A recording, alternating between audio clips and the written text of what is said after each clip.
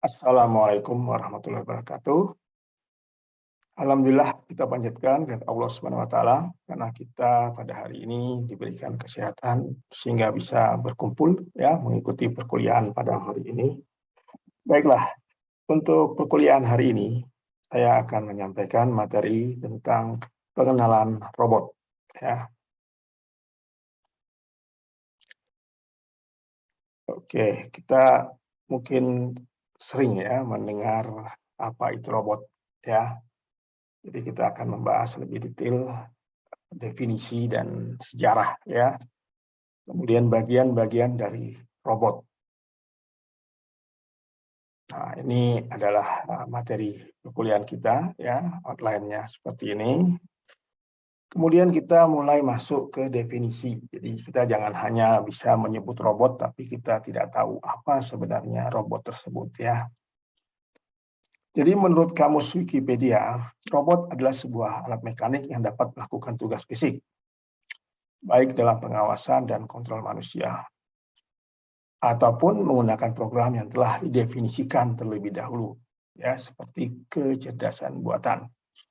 Dari definisi ini ada 3 hal yang bisa kita lihat bahwa robot itu sifatnya mekanik yang dapat melakukan suatu tindakan fisik, ya, jadi bisa dirasakan ya terhadap lingkungan. Kemudian bisa dikontrol. Kemudian bisa diprogram. Jadi ada 3 hal ya yang dapat kita ambil dari definisi ini. Nah, dari 3 hal itu kita coba list ya, apa-apa sih sifat robot itu ya. Yang pertama, sifat robot adalah tidak alamiah. Jadi sesuatu yang bukan diciptakan oleh Tuhan yang Maha Kuasa. Jadi ini robot diciptakan oleh manusia ya. Jadi bukan suatu hal yang sifatnya alamiah ya, seperti hewan gitu ya, itu alamiah.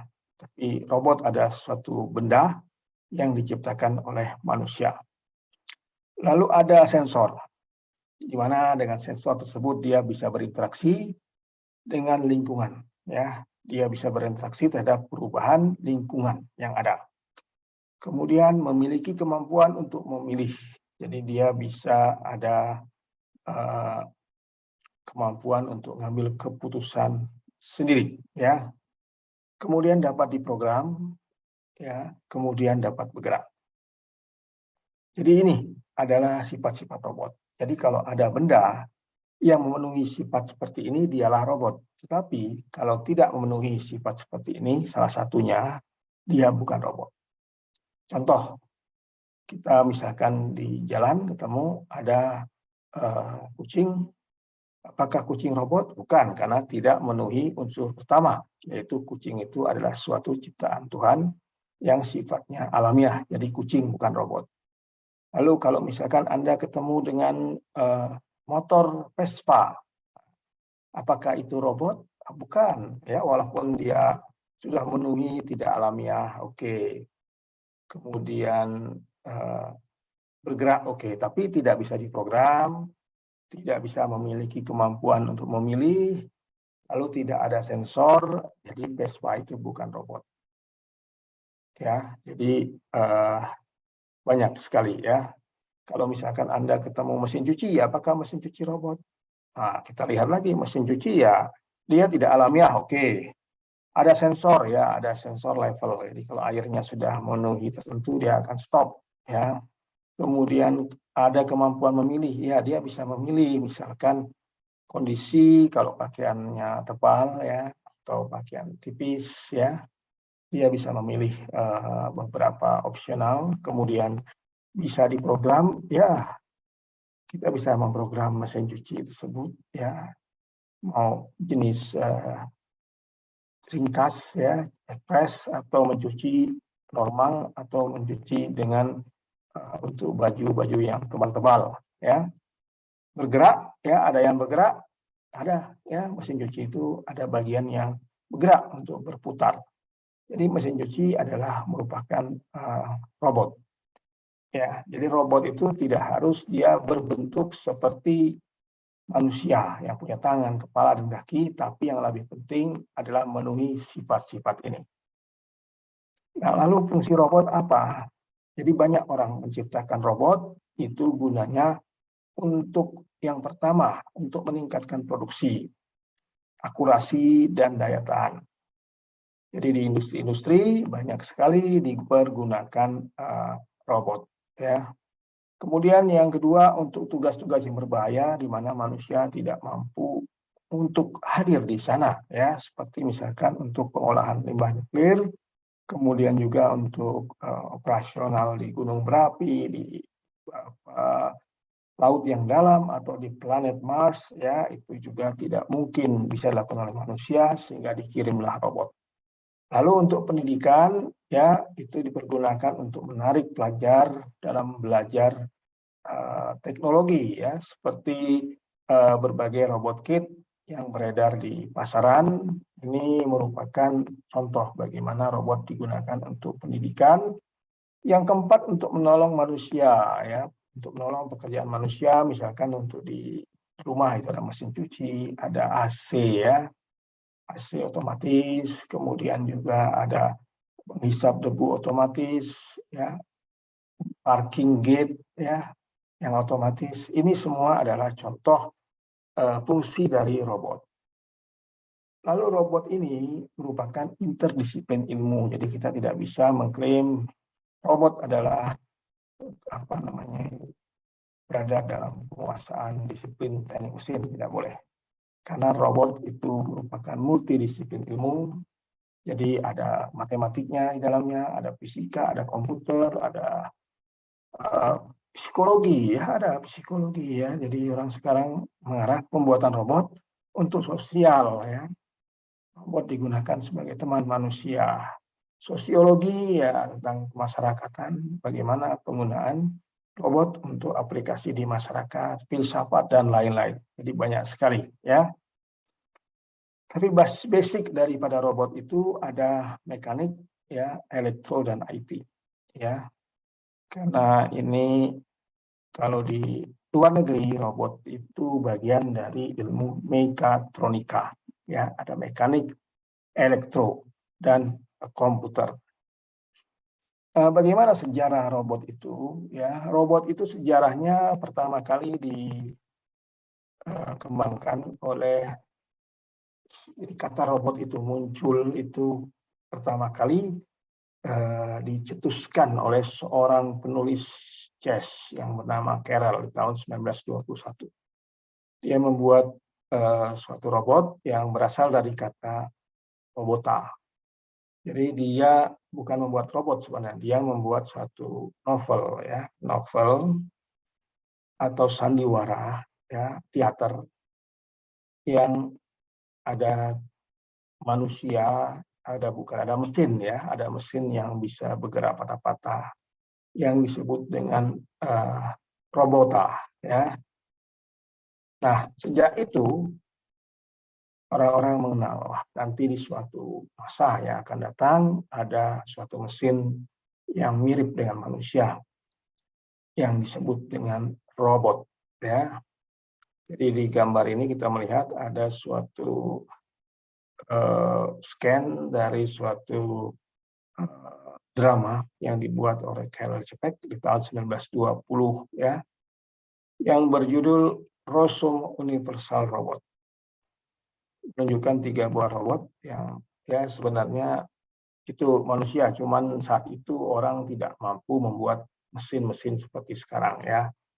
Yang jelas kalau ada mesin yang menyerupai manusia, saat itu sudah disebut dengan robot.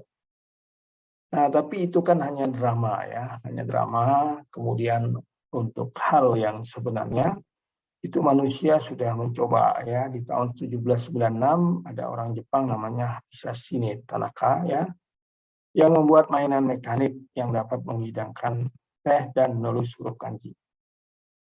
Kemudian tahun 1948 itu ketika teknologi elektronik itu sudah mulai berkembang, adanya transistor, ya, maka dikembangkanlah robot pertama yang dapat merespon cahaya.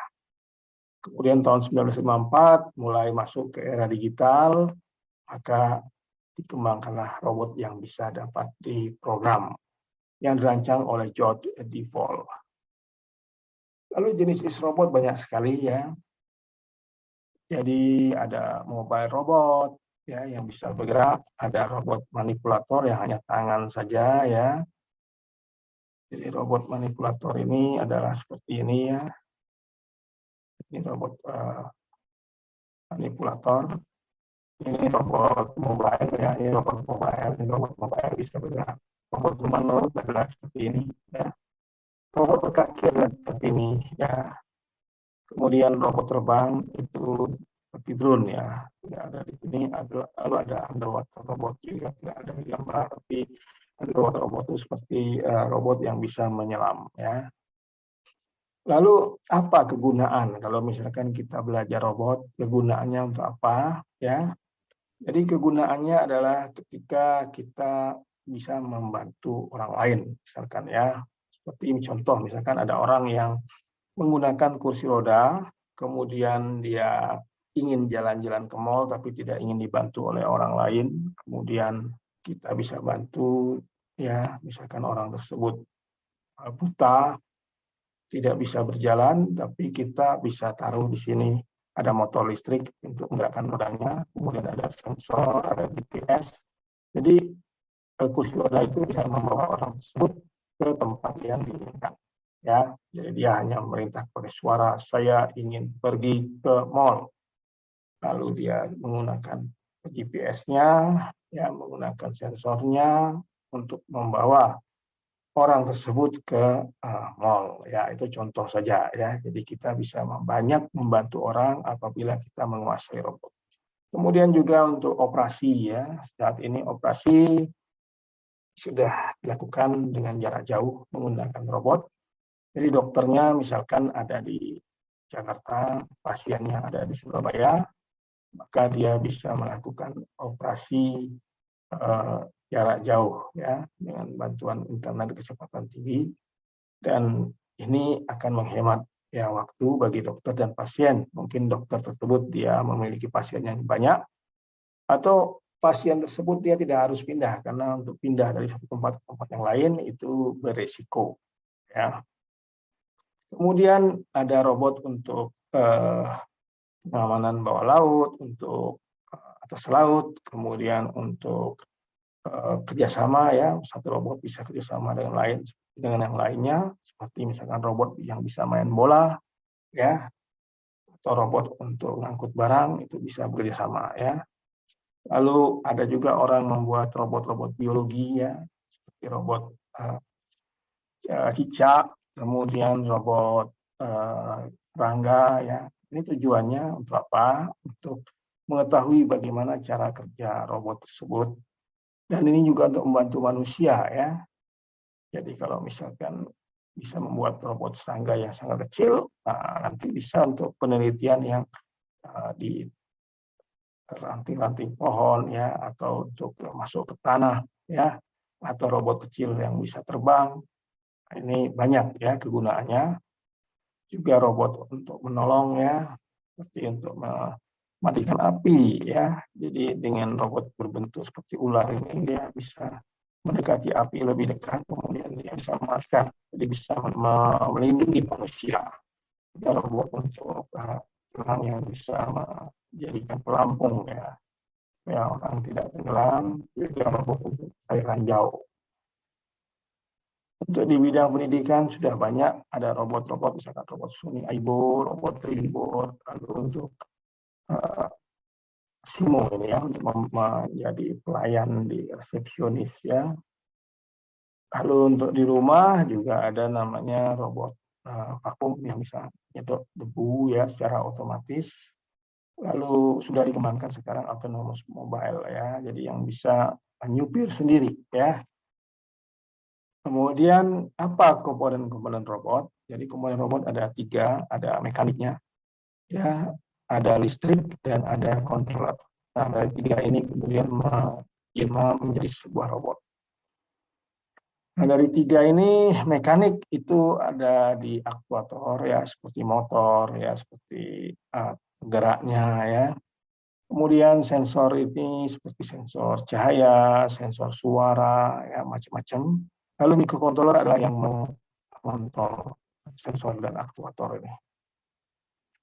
Nah, kalau kita bandingkan struktur robot dengan struktur manusia hampir mirip sebenarnya ya. Kalau manusia kita punya mata untuk melihat ya, otak itu untuk berpikir ya, atau mengontrol, mulut untuk berbicara, lalu ada kulit kita untuk menyentuh, ada tulang untuk menahan atau menjadi frame atau untuk melindungi bagian yang dalam, lalu ada energi ya, kita dapat dari makanan, lalu ada otot untuk bergerak ya. Nah, di robot seperti apa? Hampir sama. Misalkan tadi kalau tulang, di manusia robot memiliki kerangka atau frame. Kemudian kalau untuk otot ya penggerak, robot memiliki yang namanya motor ya. Kemudian untuk energi, robot memerlukan baterai ya. Kemudian untuk sensor ya, sensor melihat itu pakai kamera, sensor sentuh itu pakai switch ya, kapasitif sensor ya, banyak lagi ya. Kemudian untuk controller itu pakai untuk otaknya, kalau manusia itu otak, robot pakai pengontrol ya. Kemudian untuk berbicara, robot pakai speaker. Kemudian untuk menghubungkan satu dan lain, kalau manusia itu pakai urat saraf ya, maka robot memerlukan kabel. Jadi hampir mirip ya antara struktur robot dengan struktur manusia. Nah, lalu apa yang perlu kita pelajari kalau kita ingin menguasai robot? Kita harus belajar namanya controller ya, microcontroller, ya cara memprogram dan cara menggunakannya. Kemudian kita perlu belajar rangkaian elektrik, lalu kita perlu belajar baterai, ya, perlu belajar sensor dan motor, ya. Nah, kita fokus coba lihat ke microcontroller. Jadi tugas microcontroller apa? Ya, dia bisa memproses, ya, memproses dari sinyal yang diterima dari sensor, ya, yaitu dalam bentuk analog atau digital, diproses kemudian diberikan dalam bentuk output, ya, yaitu bisa untuk lampu LED nyala atau digital atau layar atau motor ya, sehingga menghasilkan bunyi. Nah, microcontroller ini adalah suatu chip yang kecil ya, yang tugas-tugasnya mirip komputer, tapi bentuknya sangat kecil dan harganya sangat murah ya. Kemudian ditanam di dalam berbagai macam alat ya, dalam robot, dalam mesin cuci itu ada microcontroller, ada rice cooker, ada microcontroller dan sebagainya ya. Nah, di dalam microcontroller itu ada macam-macam, ada digital input output, ada RAM, ada timer ya, ada misalkan analog digital converter, ada PWM, kemudian keuntungan lain low power ya, kemudian harganya murah, sehingga untuk aplikasi-aplikasi tertentu digunakanlah microcontroller. Nah, bagaimana cara penggunaannya? Ya, microcontroller itu harus kita program dahulu ya, baik dengan handphone ataupun dengan komputer kita program, kemudian setelah kita program kita taruh di robot ya, dan siap digunakan ya. Kemudian input output dari microcontroller itu dia 0 atau 1 ya. Kalau 0 itu 0 volt atau low, biasanya kalau 0 itu low, kalau 1 itu high ya. Jadi dia 1 itu biasanya 5 volt. Jadi kalau inputnya itu sesuatu sinyal kurang dari 1,5 itu dihitung 0. Kemudian satu sinyal lebih dari 3,5 dihitung 1. Kemudian kalau dia ngasih output high ya berarti 5 volt outputnya, kalau low berarti 0 volt.